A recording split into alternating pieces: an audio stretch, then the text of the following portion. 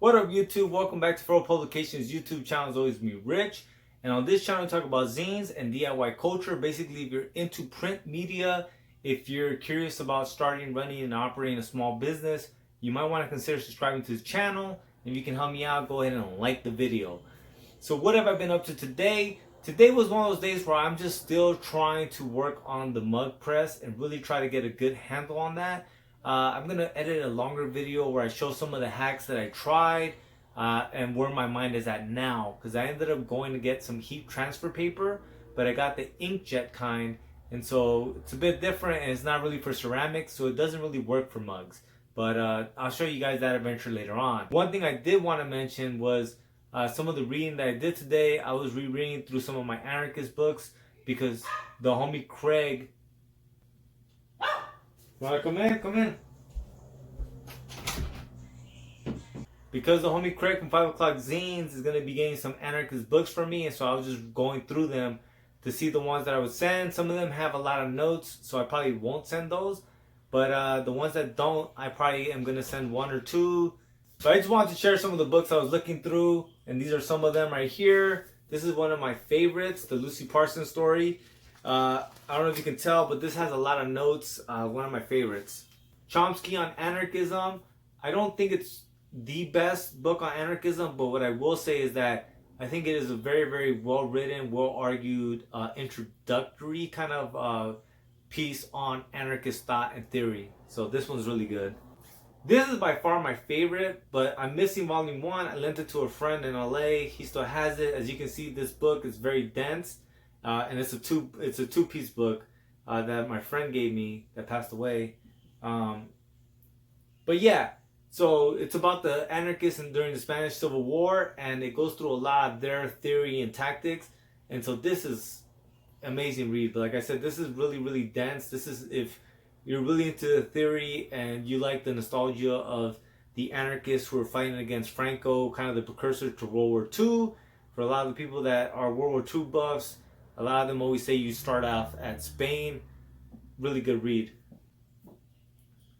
And it's called The Anarchist in the Spanish Civil War. This is one of my favorites. This is by Murray Bookchin, which a lot of anarchists don't like, but I definitely like his writings a lot.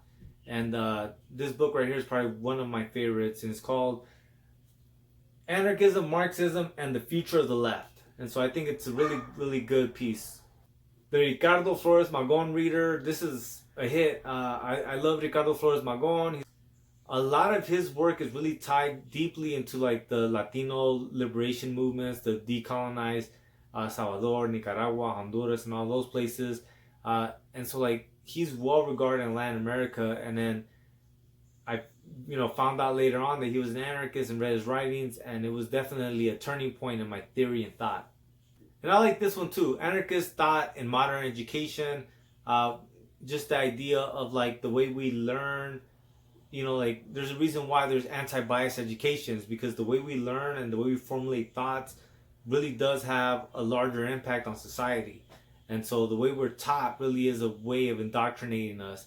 And so anarchists have always been perplexed with this question of like, how do you create a system that teaches human beings the fundamentals to live and thrive in society without indoctrinating them to the point that you hinder individualness, growth, and just kind of like the thought, free emotions, and people are basically applauded and cultivated into being themselves.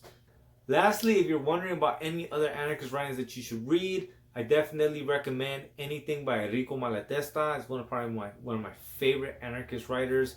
A lot of his theories. There was a specific article that I liked a lot called Ultra Revolutionaries, where he kind of argues against this like gatekeeping, or this idea that every anarchist is gonna bear arms and use bombs and all that shit. And he kind of makes the argument that for it to be a whole movement, like we all have to just do whatever humble actions that we can do, and we have to appreciate that, and also understand that becoming more and more radical is a process. It's not overnight.